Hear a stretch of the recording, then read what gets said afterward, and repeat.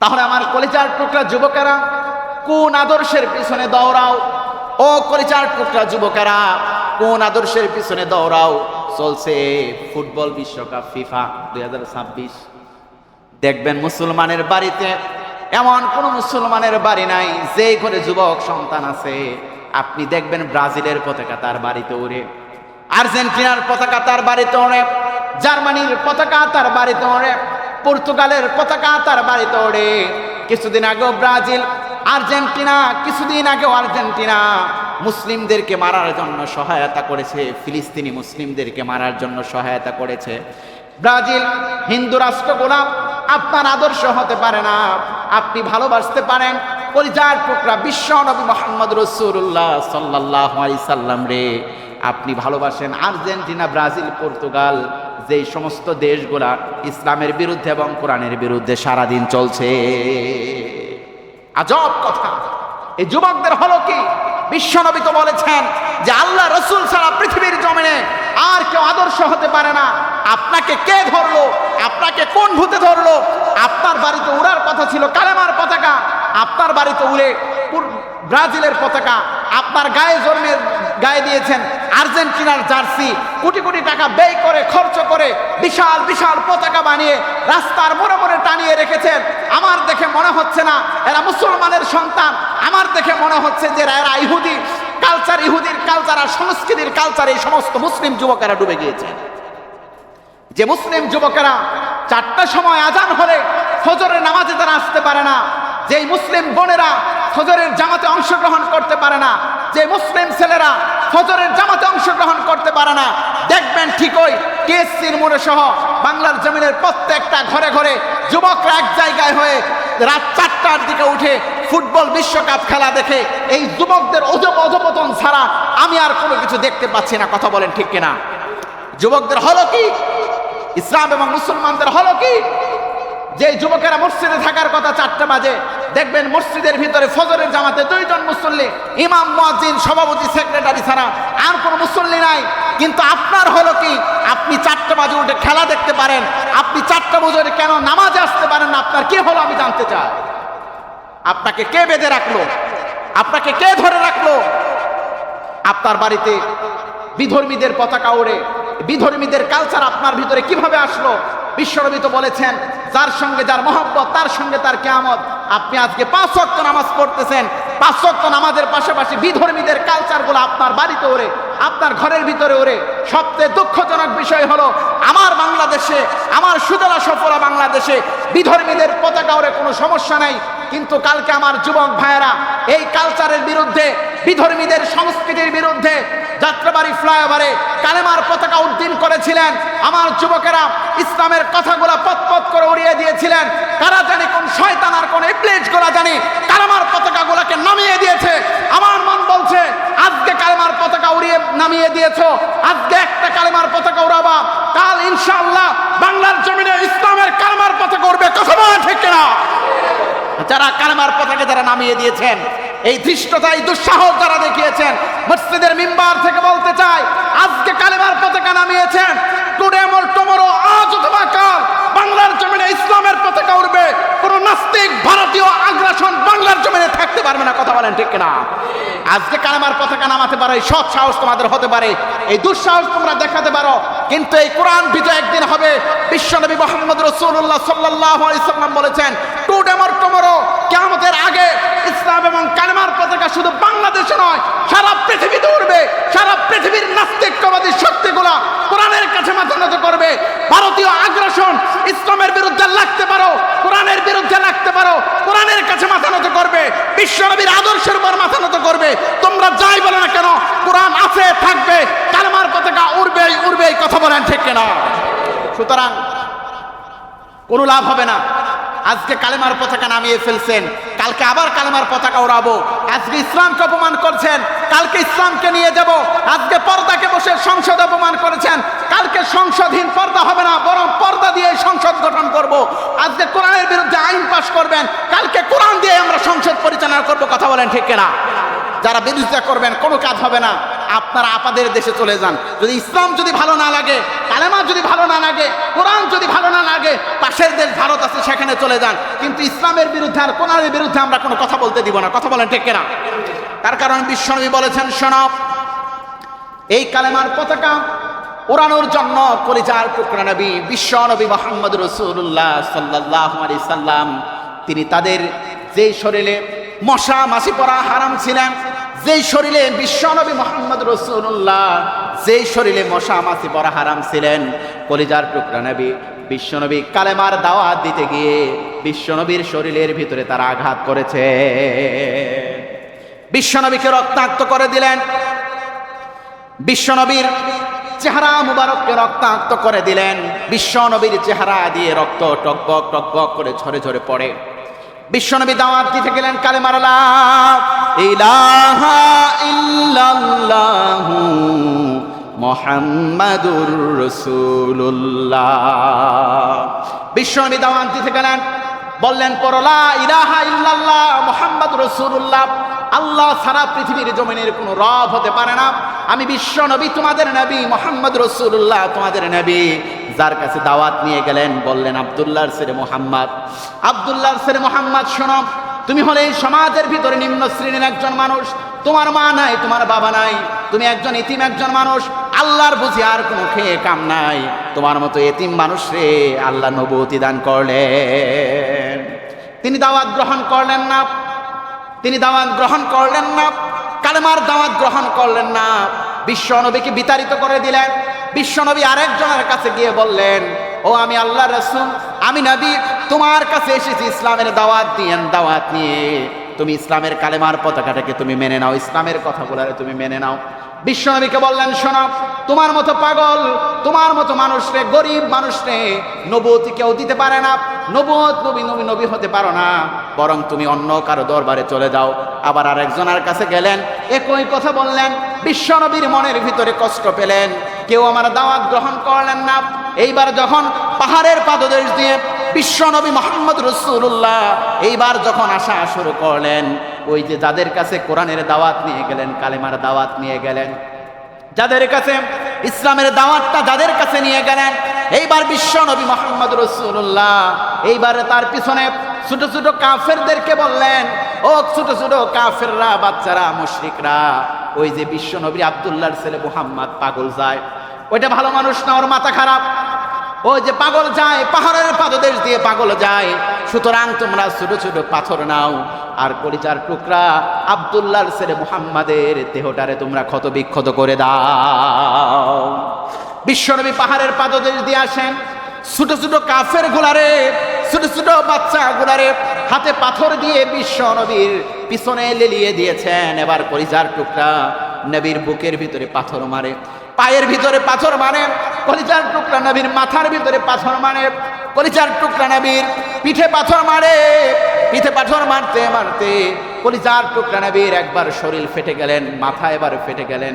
কলিজার টুকরা নবীর যেই শরীরে মশা মাছি পড়া হারাম ছিল, মশারাও রক্ত খেত না, এত সম্মান এত মর্যাদা আল্লাহ দিয়েছেন, যাকে খুলুকিন আযীম বলেছেন, যাকে আল আমিন বলেছেন। বিশ্বনবী মুহাম্মদ রাসূলুল্লাহর শরীর মুবারক দিয়ে আবার রক্ত পড়তেছে। জিব্রাইল এসে বললেন, ইয়া রাসূলুল্লাহ, আপনি হুকুম দেন দুই পাহাড়টাকে উল্টিয়ে দিয়ে তায়েববাসীকে আমি ধ্বংস করে দেই। এবার জিব্রাইল আলাইহিস সালাতু ওয়াস সালামকে বললেন, রে জিব্রাইল শোনো, আজ এরা ইসলাম বুঝে নাই, কোরআন বুঝে নাই, আমার দাওয়াত গ্রহণ করে নাই।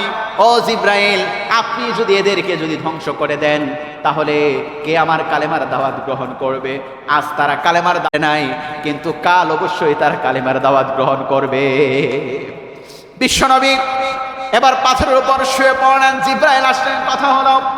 বিশ্বনবী মুফাসসিরগণ, মুহাদ্দিসগণ লেখেন, কলিজার টুকরা নবীর যদি এই রক্ত যদি জমিনে যদি পড়তেন, কিয়ামত পর্যন্ত তায়েফের ময়দানে কোনো গাছগাছালি কোনো কিছুই হতো না। বিশ্বনবী শুধু কালেমার দাওয়াত দিয়েছিলেন, লা ইলাহা ইল্লাল্লাহু মুহাম্মাদুর রাসূলুল্লাহ। আপনারা মনে করেছেন এই কালেমা যদি সস্তা কালেমা, শুধু আমার বাবাই পড়লো, আমার দাদাই পড়লো, আমার নাতিরা পড়লো, তাই এই কালেমার হক আদায় হলো, কিয়ামত পর্যন্ত না। এই কালেমা এসেছেন রক্ত পিচ্ছিল এক পথ দিয়ে, এই কালেমা এসেছেন এক সাগর রক্তের বিনিময় দিয়ে, এই কালেমা এসেছেন মুসলিমদের জীবনের বিনিময় দিয়ে, এই কালেমা এসেছেন বদর যুদ্ধের মধ্য দিয়ে, এই কালেমা এসেছেন রসুলের রক্তের মধ্য দিয়ে। সুতরাং এই কালেমা নিয়ে যদি কেউ কোনো তাল বাহানা করে, তাদের ঠাঁই এই জমিনে হবে না। কথা বলেন ঠিক কিনা? কথা বলেন ঠিক কিনা? সুতরাং কালেমা এমনি আসে নাই, কালেমার হাকিকত বুঝবেন ইনশাআল্লাহ। যদি কোনোদিন সময় হয় কালেমার হাকিকত বলবো। আজকে আপনাদেরকে শুধু এতটুকুই জানায় দেই যে এই কালেমা আছে থাকবে, কোরআন আছে থাকবে। বিরোধীরা কোরআনের বিরুদ্ধে আইন পাশ করতে পারে, কোরআনের বিরুদ্ধে সংসদে এটা বলতে পারে, ইসলামের বিরুদ্ধে এটা বলতে পারে, কালেমা রাস্তার পথ থেকে তারা নামিয়ে দিতে পারে, কিন্তু মুসলিমদের হৃদয় থেকে কালেমাকে সরানো যাবে না। কথা বলেন ঠিক কিনা? মুসলিমদের কলিজা থেকে ইসলামের ভালোবাসাকে সরানো যাবে না, মুসলিমদের কলিজা থেকে পর্দার ভালোবাসাটাকে সরানো যাবে না, মুসলিমদের কলিজা থেকে ইসলামের ভালোবাসাটাকে সরানো যাবে না। যদি কেউ সরাতে চায়, তাদের ঠাঁই এই জমিনে হবে না, বরং ইসলাম আছে, কোরআন আছে, ইসলাম থাকবে, কোরআন থাকবে, তোমরা থাকবে না। কথা বলেন ঠিক কিনা? ওয়া মা আলাইনা ইল্লাল বালাগ। আজকে এই পর্যন্ত, ইনশাআল্লাহ সামনে আবার কথা হবে। আসসালামু আলাইকুম। দরুদ ও সালাম পেশ করছি বিশ্ব মানবতার মুক্তির দূত, যাকে আল্লাহ তাআলা সর্বশ্রেষ্ঠ রাসূল বানিয়েছেন, যাকে নবী বানিয়েছেন, যাকে আমাদের জন্য পথ প্রদর্শক বানিয়েছেন, পৃথিবীতে যাকে অনুসরণ করা যায়, যাকে অনুকরণ করা যায়, যার প্রত্যেকটা বাণী, যার প্রত্যেকটা কথা আমাদের জন্য অনুপ্রাণিত করে, যার প্রত্যেকটা কাজ আমাদেরকে অনুপ্রাণিত করে, যার কথাগুলো শুনলে আমাদের হৃদয়টা ঠান্ডা হয়ে যায়, তিনি আর কেউ নয়, আমাদের কলিজার টুকরা প্রিয় নবী বিশ্বনবী মুহাম্মদ রাসূলুল্লাহ সাল্লাল্লাহু, কথা বলে না, বলেন সাল্লাল্লাহু আলাইহি ওয়াসাল্লাম। প্রাণ ভরে কলিজা ভরে দোয়া করছি আমাদের মা এবং বাবাদের জন্য, যাদের জন্য এই পৃথিবীতে আসলাম, যাদের জন্য এই দুনিয়াতে আসলাম। আল্লাহ, যাদের কলিজার টুকরা মা বাবা যাদের দুনিয়ার জমিন থেকে বিদায় হয়ে গেছে, আল্লাহ তুমি তাদেরকে জান্নাতুল ফেরদৌসের মেহমান বানাও, বলুন আমিন। যাদের মা বাবা দুনিয়াতে আছে, আল্লাহ তুমি তাদেরকে নেক হায়াত বৃদ্ধি করে দাও, বলুন আমিন।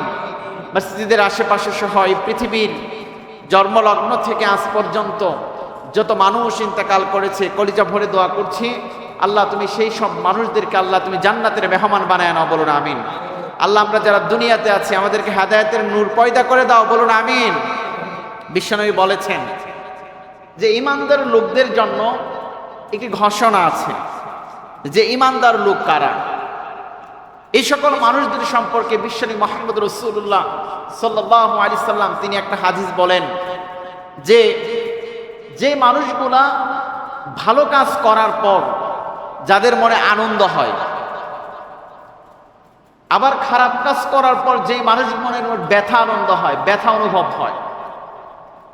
এক নাম্বার, যখন সে ভালো কাজ করবে তার মনে আনন্দের জোয়ার বয়ে যাবে, সে আনন্দিত হবে, খুশি হবে, উল্লাস প্রকাশ করবে ভালো কাজ করার পর, ওই মানুষটা হলো ঈমানদার।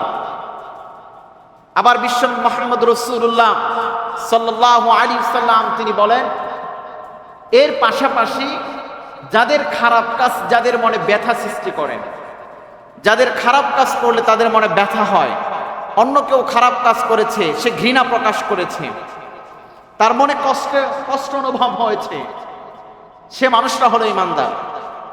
বিশ্বনবী দুটি কথা বলেন। এক নাম্বার হলো, শোনো, এই সমাজের ভিতরে কত কত খারাপ কাজ হয়, এই খারাপ কাজ দেখার পর যদি কোনো মানুষের মনে যদি ব্যথা অনুভব হয়, যদি কোনো মানুষের মনে আঘাত পায়, কষ্ট পায়, কোনো মানুষ খারাপ কাজ দেখার পর সেই মানুষের মনে যদি আঘাত পায়, কষ্ট পায়, বিশ্বনবী বললেন, কোন মানুষের মনে যদি অন্তরে যদি আঘাত লাগে আর যদি ব্যথা লাগে, সেই মানুষটারে তুমি ঈমানদার বলে ঘোষণা দিয়ে দাও। আবার বিশ্বনবী বললেন, শোনো, তোমাদেরকে বলেছি তোমরা যারা ভালো কাজ করার পর, কোরআনের ভালো কাজ, ইসলামের ভালো কাজ, হাদিসের ভালো কাজ, সমাজের ভালো কাজগুলো করার পর যদি তোমার মনে যদি আনন্দ যদি সৃষ্টি হয়ে যায়, যারা ভালো কাজ করার পর যাদের মনে খুশির বন্যা বয়ে যায়, বিশ্বনবী বললেন সেই মানুষগুলা হলো ঈমানদার। সুবহানাল্লাহ আসতে বলবেন। যারা ভালো কাজ করার পর যারা আনন্দ পায়। আমি একটা আয়াতে কারিমা তেলাওয়াত করেছি, আল্লাহ তাআলা বললেন শোনো, কুনতুম খায়রা উম্মাতিন উখরিজাত লিন-নাস তা'মারুনা বিল মা'রুফ ওয়া তানহাউনা 'আনিল মুনকার। আল্লাহ রাব্বুল আলামিন বললেন শোনো, কুনতুম খায়রা উম্মাতিন উখরিজাত, তোমাদেরকে বের করা হয়েছে, সৃষ্টি করা হয়েছে এই জন্য, মানে আমাদের কথা বলেছেন, আমাদেরকে বললেন শোনো, তোমাদেরকে বের করা হয়েছে, সৃষ্টি করা হয়েছে মধ্যম পন্থা জাতি হিসাবে। কেন সৃষ্টি করা হয়েছে? কুনতুম খায়রা উম্মাতিন উখরিজাত লিন-নাস তা'মারুনা বিল মা'রুফ ওয়া তানহাউনা 'আনিল মুনকার। বলেন আল্লাহু আকবার। তোমাদেরকে সৃষ্টি করা হয়েছে, বের করা হয়েছে এই জন্য যে তোমরা মধ্যমপন্থী জাতি, এবং তা'মারুনা বিল মা'রুফ ওয়া তানহাউনা 'আনিল মুনকার, এই জন্য তোমাদেরকে সৃষ্টি করা হয়েছে তোমরা নিজেরা সৎ কাজের আদেশ দিবা এবং অসৎ কাজের নিষেধ করবা। আপনি আমাকে বানানোই হয়েছে, আপনি আমাকে সৃষ্টি করাই হয়েছে, আমরা এই জন্য সৎ কাজের আদেশ দিব এবং অসৎ কাজের নিষেধ করব। এখন আমাদের সমাজের কথা বলি, এটা আল্লাহর কোরআনের আয়াত, আর দ্বিতীয় প্রথমটা যেটা বলেছি এটা হাদিস থেকে বলেছি। বিশ্বনবীর হাদিসে বললেন, যারা সৎ কাজ যারা করে এদেরকে ইমানদার বলে ঘোষণা দাও, যারা সৎ কাজের উপর যারা খুশি হয়। আর দ্বিতীয় নাম্বার বললেন, শোনো, যারা অসৎ কাজের পর যাদের মন যাদের ব্যথিত হয় এদেরকে ইমানদার বলে ঘোষণা দাও। আর আল্লাহ কোরআনে বললেন, তোমাদেরকে সৃষ্টি করা হয়েছে এই জন্য তোমরা সৎ কাজের আদেশ দিবার এবং অসৎ কাজের নিষেধ করবা। কিন্তু এই সমাজের ভিতরের কথাগুলো যদি আমরা বলি তাহলে মানুষদের মনে কষ্ট লেগে যায়, আঘাত পায়। কেন রে ভাই, কেন? আল্লাহ তো কোরআনে বলেছেন যে সৎ কাজের আদেশ দিবা এবং অসৎ কাজের নিষেধ করবা। এই সমাজের ভিতরে যত অসৎ কাজ আছে, আপনি যদি বুঝে থাকেন এটা অসৎ কাজ, এরপরও আপনার দায়িত্ব হলো এই কাজের বিরুদ্ধে আপনার প্রতিবাদ করা। সেটা সামাজিকভাবে হোক, সেটা রাষ্ট্রীয়ভাবে হোক, সেটা ইন্টারন্যাশনাল পর্যায়ে হোক, যত খারাপ কাজ আছে সমস্ত খারাপ কাজের প্রতিবাদ করার নামে হলো মুসলমান। আর যদি সমাজের মন্দ কাজের প্রতিবাদ আপনি না করতে পারেন, বিশ্বনবী মুহাম্মদ রাসূলুল্লাহ হাদিসের ভিতরে বললেন, শোনো, এই সমাজের ভিতরে যে সমস্ত খারাপ কাজ হয়, এক নাম্বার হলো, তোমার যদি শক্তি থাকে তাহলে তুমি হাত দিয়ে প্রতিবাদ করো, আর তাও কোনো শক্তি না থাকে তাহলে তুমি মুখ দিয়ে কথা বলো, মুখ দিয়ে প্রতিবাদ করো। কিন্তু তুমি শক্তি দিয়েও প্রতিবাদ করলা না, আবার মুখ দিয়েও প্রতিবাদ করতে পারলা না। এরপর বিশ্বনবী বললেন, শোনো, যদি এই দুইটার সামর্থ্য না থাকে তাহলে পরবর্তী যেন এই খারাপ কাজটা সমাজের ভিতরে না হতে পারে, এই জন্য একজন মুসলমানের দায়িত্ব হলো মনে মনে পরিকল্পনা করা। তিনটা কথা বিশ্বনবী বলেছেন যে যদি সমাজের ভিতরে কোনো খারাপ কাজ আপনি দেখেন, কোনো অসৎ কাজ যদি আপনি দেখেন, তাহলে আপনার মুসলিম হিসাবে, এই যে মুসলিম হিসাবে আমার দায়িত্ব হলো, আমার কাজ হলো, এক নম্বর কাজ হলো যে আপনি প্রথমে এটাকে হাত দিয়ে প্রতিহত করার চেষ্টা করবেন। বিশ্বনবী বলেছেন প্রথমে হাত দিয়ে প্রতিহত করো। যদি এরকম মনে হয় হাত দিয়ে প্রতিহত করার পর কোনো মানুষ আমাকে আঘাত করবে কিংবা জেল জরিমানা হতে পারে, এটার মোকাবেলা করার শক্তি আমার কাছে নাই, তাহলে আপনি মুখ দিয়ে প্রতিবাদ করেন। দেখেন মুখ দিয়ে প্রতিবাদ করার পর এই সমাজের মানুষগুলো আমারে ছিঁড়ে খাবে, এই সমাজের মানুষগুলো আমারে হত্যা করে ফেলবে। বিশ্বনবী এরপর বললেন, শোনো, যদি তোমাকে ছিঁড়ে খায়, হত্যা করে ফেলে, তোমাকে যদি হুমকি দেয়, ধামকি দেয়, তাহলে তোমার কাজ হলো মনে মনে এমন পরিকল্পনা করো যাতে পরবর্তী সময় এই ধরনের কাজ আর সমাজে না হয়। এভাবে পরিকল্পনা করেন। এখন আপনি মুসলমান, আপনি নিজে দাবি করেন কিছুদিন আগে কুরবানি দিয়েছেন, 5 ওয়াক্ত নামাজ পড়েন, আপনার টুপি আছে, আপনার দাড়ি আছে, আপনার পাঞ্জাবি আছে, এই সমস্ত জিনিস থাকার পরও যদি আপনার অন্যায় দেখার পর যদি আপনার প্রতিবাদ করতে যদি না মন চায়, অন্যায় দেখার পর যদি আপনার মুখ দিয়ে যদি কোনো কথা যদি না বের হয়, আপনি যাই হন, আপনি ইসলাম আর মুসলমানের দলের ভিতরে আপনি থাকতে পারবেন না। আপনি যেই হন না কেন, আপনি যে কাবা শরীফের ইমামও যদি হন, আপনি যদি কাবা শরীফের ইমামও যদি হন, আপনি আমার মতো নুরি হাজারটাও যদি হন, আপনার দাড়ি আর টুপি জুব্বা পাঞ্জাবি আমার চেয়ে বড় থাকতে পারে, কিন্তু ইসলামের কথাগুলো শোনার পর যদি কারো মনে যদি কষ্ট লাগে, আর কোরআনের কথা শোনার পর যদি কারো মনে যদি আঘাত লাগে, আর যদি ইসলাম বিদ্বেষী মানুষগুলা ইসলামের বিরুদ্ধে বারবার কথা বলতে থাকে, আর আপনি যদি মসজিদে বসে শুধু তসবিহ টিপেন আর জিকির করেন, তাবলিগ জামাতে যান আর চিল্লাই যান আর চরমনের ময়দানে যান, আল্লাহর কসম আল্লাহি, এটা দিয়ে আপনি কখনো আল্লাহর কাছে মুক্তি পাবেন না, পাবেন না, পাবেন না। তার কারণ আল্লাহ বললেন, শোনো, তোমাদেরকে সৃষ্টি করা হয়েছে এই জন্য যে তোমরা সৎ কাজ আদেশ দিবার এবং অসৎ কাজ নিষেধ করবা। কিন্তু আমাদের সমাজের ভিতরে দেখেন অসৎ কাজ আছে না নাই? আমাদের সমাজের ভিতরে অসৎ কাজ আছে না? মানে অসৎ কাজের ছড়াছড়ি, লম্বা টুপি আছে, লম্বা জামা আছে, মনে হয় এমন দাড়ি এমন টুপি, ওটারে দেখলে মনে হয় জান্নাত থেকে পলায় আসছে। এমন দাড়ি আর এমন টুপি, সাদা দাড়ি, ধবধবে সাদা দাড়ি। আল্লাহর রাস্তে আপনাদের সাথে সাদা দাড়ি আপনারা মাইন্ড করেন না, কেউ রাগ করেন না, দাড়ি সবার বুড়ো হলে সাদা হয়ে যাবে। কিন্তু কথা যেটা বলছি সেটা হলো যে মানুষ চেহারা দেখলে মনে হয় জান্নাত থেকে পলায় আসছে, ওর মতো জান্নাতি ব্যক্তি এই সমাজের ভিতরে একটাও নাই। কিন্তু কার্যক্রম দেখলে মনে হয় যে শয়তানের আবার ইবলিশের খালাতো ভাই।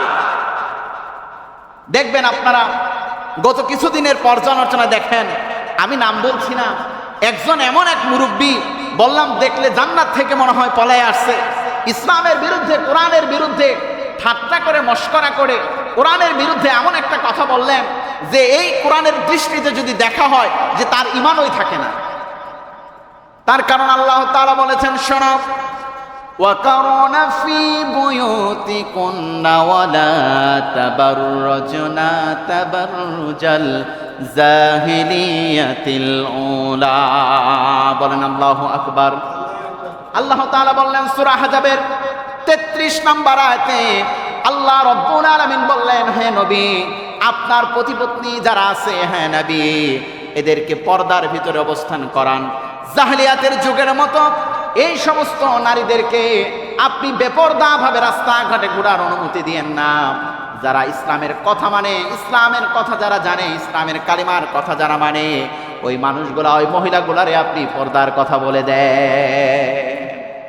ইসলামের কথা হলো নারীরা বেপরদা ভাবে, বেপরদা ভাবে রাস্তাঘাটে ঘুরতে পারবে না জাহেলিয়াতের যুগের মতো। আজকাল নারীদের কথা যদি আমরা বলি, সংসদের ভিতরে একজন দাড়ি পাকনাওয়ালা মুরব্বী এমপি তো বলে আসলো যে ওই লোকগুলা যারা বুরকা পরে এসেছে, ওই লোকগুলা কারা, ওদেরকে তো আমরা চিনতে পারছি না। নাউজুবিল্লাহ মিন যালিক। আপনি ওদেরকে চিনে কি করবেন? আপনার তো কাজ হলো আপনি আপনার ওয়াইফকে চিনবেন, আপনার কাজ হলো আপনি আপনার মেয়েরে চিনবেন, আপনার নানিরে চিনবেন, আপনার খালারে চিনবেন। আপনি তো অন্যের বউ, তো আপনার চিনার প্রয়োজন নাই। বিশ্বনবী বললেন, শোনো, তুচ্ছ তাচ্ছিল্য ভাবে ইসলামের গুরুত্বপূর্ণ কোন বিধান, তুচ্ছ তাচ্ছিল্য ভাবে ইসলামের কোন গুরুত্বপূর্ণ কোন বিধান, যে মানুষটা তুচ্ছ তাচ্ছিল্য করে সংসদে পর্দার বিরুদ্ধে যারা কথা বলেছে, বিশ্বনবী বললেন, শোনো, ইসলামের তুচ্ছ তাচ্ছিল্য করে কোনো বিধান, হাসি ঠাট্টা করে ইসলামের কোনো বিধান উপস্থাপন করা যাবে না।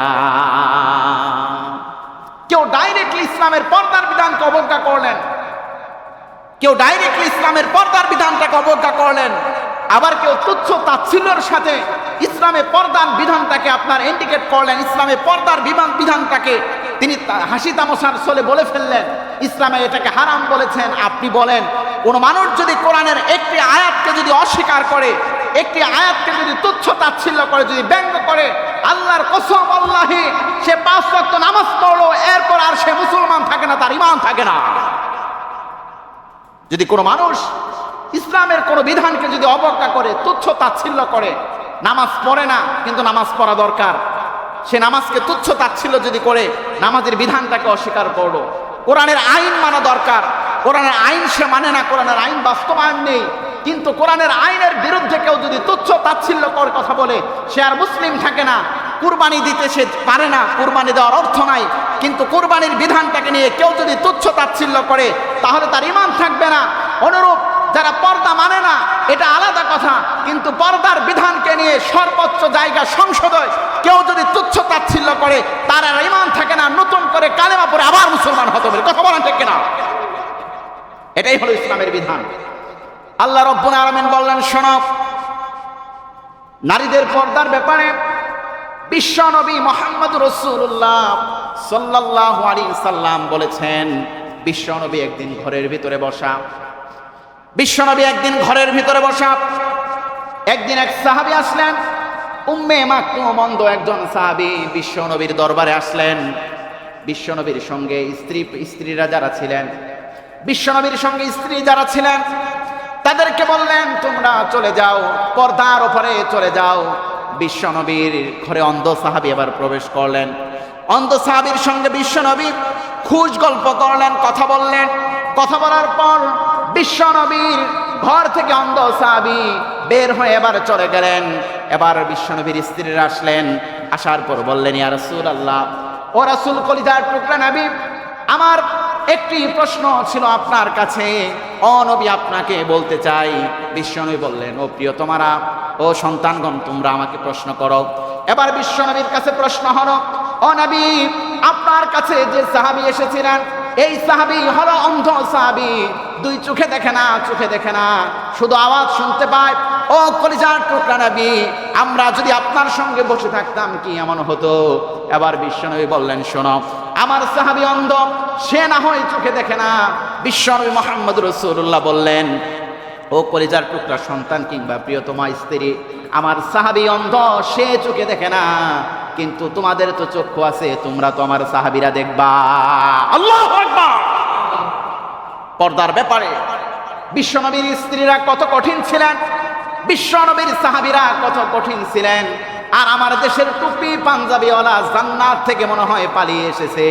এদের কাছে পর্দার বিধানটাকে এরা সস্তা বানিয়ে ফেলেছে, ইসলামের বিধানগুলো সস্তা বানিয়ে ফেলেছে। কিছুদিন পর পর টকশে বক্তৃতা দেয়, কোরআনের বিরুদ্ধে বক্তৃতা দেয়। আরেকজন আছে শান্তা ফারজানা নামে একটা মহিলা, বারবার ইসলামের বিরুদ্ধে কথা বলে, কোরআনের বিরুদ্ধে কথা বলে। এই মহিলা হিজাব মানে না, ইসলাম মানে না, কোরআন মানে না, আবার নিজের মুসলমান বলে দাবি করে। আল্লাহর কসম, আল্লাহি, এমন মুসলমান যদি কোনো মানুষ যদি হয়, আমার মন বলছে জাহান্নাম ছাড়া এই মুসলমানের কোনো গতি নাই। কথা বলেন ঠিক কিনা? এরকম মুসলমান হলে বাংলার জমিনে ইসলামটারে সস্তা বানিয়ে ফেলছে, কোরআনের আন্দোলনগুলো সস্তা বানিয়ে ফেলেছে, পর্দাটারে সস্তা বানিয়ে ফেলেছে। আপনি বলেন, এই সমস্ত হক কথাগুলো যদি মসজিদের মিম্বার থেকে যদি না বলে, এই সমস্ত হক কথাগুলো যারা বুঝে তারা যদি না বলে, এই সমাজটা কোন দিকে চলে যাবে? আর বিশ্বনবী তো বলেছেন, যারা সত্য যারা বলবে তাদের উপর আঘাত আসবে, বাধা আসবে, কিন্তু এরপরও সত্য বলা কি বন্ধ করা যাবে? এক নাম্বার বললাম, শোনেন, তাহলে ইসলামের কোনো বিধানকে নিয়ে অবজ্ঞা করা যাবে না, তুচ্ছ তাচ্ছিল্য করা যাবে না। আপনার বুঝে আসে না, আপনি বাদ দিয়ে দেন, কিন্তু ইসলামের কোনো বিধান নিয়ে আর কেউ তুচ্ছ তাচ্ছিল্য করা যাবে নাকি? কোনো সময় ইসলামের কোনো বিধানকে নিয়ে তুচ্ছ তাচ্ছিল্য করা যাবে না। আরেকটি গুরুত্বপূর্ণ ঘটনা, আরেকটি গুরুত্বপূর্ণ কথা, সেটা হলো এই সমাজের ভিতরে এখন যে বর্তমান যে সময়, এটা কোরআনের কথাই, বর্তমান যে সময়, আমি আপনাদেরকে বলি, আমাদের নেতাকে বলেন তো, বলেন তো আমাদের নেতাকে, কেউ বলতে পারেন না। মুহাম্মাদুর, জোরে বলেন না, মুহাম্মাদুর রাসূলুল্লাহ সাল্লাল্লাহু আলাইহি সাল্লাম, তিনি হলেন আমাদের নেতা। আল্লাহ তাআলা কোরআনে বলেন, শোনো, লাকাদ কানা লাকুম ফি রাসূলিল্লাহি উসওয়াতুন হাসানাহ। বিশ্বনবী বললেন, নবী আল্লাহকে বললেন, আল্লাহ বললেন, ও কলিজার টুকরা নবী, লাকাদ কানা লাকুম ফি রাসূলিল্লাহি উসওয়াতুন হাসানাহ। ও নবী, পৃথিবীতে যত নেতা থাকুক আর যত নেত্রী থাকুক আর যাই থাকুক না কেন, ও কলিজার টুকরা নবী, এই পৃথিবীর জমিনে আপনি হলেন একমাত্র উত্তম আদর্শ। বিশ্বনবী মুহাম্মদ রাসূলুল্লাহ সাল্লাল্লাহু আলাইহি সাল্লাম হলেন উত্তম আদর্শ। বিশ্ব নবী ছাড়া পৃথিবীর জমিনে যদি কেউ নেতা মানে, আর এই নেতা যাবে যে পথে, বিশ্বনবী যদি যে পথে গিয়েছেন নেতা যদি সে পথে যায় তাহলে কোনো সমস্যা নেই। কিন্তু বিশ্বনবী এক পথে চলেছেন, নেতা আরেক পথে চলছেন, তাহলে সেই কর্মীর বিচার আছে না নাই? বিশ্বনবী বললেন, শোনো, পৃথিবীর জমিনে আমি সর্বোত্তম নেতা, আমার পরে আর কোনো নেতা নাই। আমি হলাম সর্বোত্তম নবী, আমার পরে আর কোনো নবী নাই। আমি হলাম নেতা, নেতা হিসাবে যেমন আদর্শ, স্বামী হিসাবেও তেমন আদর্শ, বাচ্চাদের খেলনার জন্য আমি আদর্শ। বিশ্বনবী স্বামী হিসাবে কেমন আদর্শ ছিলেন? বিশ্বনবী একদিন যুদ্ধের ময়দান থেকে আসলেন, আসার পর কলিজার টুকরা স্ত্রী আয়েশা তিনি তরকারি কাটতেছিলেন, যুদ্ধের ময়দান থেকে আসলেন। বিশ্বনবী মুহাম্মদ রাসূলুল্লাহ যুদ্ধের ময়দানের তরবারিটা এইবার খুললেন, তরবারিটা ব্যাগ থেকে বের করে মা আয়েশা রাদিয়াল্লাহু তাআলা আনহার ঘাড়ের ভিতরে মৃদু করে একটা আঘাত করলেন যেন ব্যথা না পায়। আঘাত করার পর কলিজার টুকরা নবী বিশ্বনবী মুহাম্মদ রাসূলুল্লাহ যুদ্ধের ময়দানে তরবারি দিয়ে তরকারি কাটা শুরু করলেন। সুবহানাল্লাহ। আবার বিশ্বনবী শিশুদের জন্য কেমন আদর্শ ছিলেন? কলিজার টুকরা নবী বিশ্বনবী মুহাম্মদ রাসূলুল্লাহ একদিন ঈদের জামাত পরে বাসার দিকে যাচ্ছেন, ছোট্ট একটা শিশু তিনি কান্নাকাটি করতেছেন। ছোট্ট একটা শিশু কান্নাকাটি করলেন, বিশ্বনবী প্রথমে জিজ্ঞাসা করলেন তোমার পাখিটা কেমন আছে? ছোট্ট একটা পাখি পালন করতেন বিশ্বনবী, তার কেমন নবী ছিলেন, তার ছোট্ট পাখির কথাও ভুলে নাই। এইবার বললেন, ঈদের দিন কান্নাকাটি করো কেন? বললেন, ইয়া রাসূলুল্লাহ, আমার মা নাই, বাবা নাই, এই দুনিয়াতে সবচেয়ে আমি বড় ইতিম। এইবার বিশ্বনবী মুহাম্মদ রাসূলুল্লাহ সাল্লাল্লাহু আলাইহি সাল্লাম বললেন, ও কলিজার টুকরা শিশু, তুমি শোনো, আমি বিশ্বনবী যদি তোমার পিতা হয়ে যায় আর তোমার মা যদি আয়েশা যদি তোমার মা হয়ে যায়, তোমার আর কোনো দুঃখ থাকবে নাকি? এইবার শিশুটা বললেন, এর চেয়ে পৃথিবীর জমিনে শ্রেষ্ঠ মা বাবার হতে পারে না। আল্লাহু আকবার। বিশ্বনবী এমন ছিলেন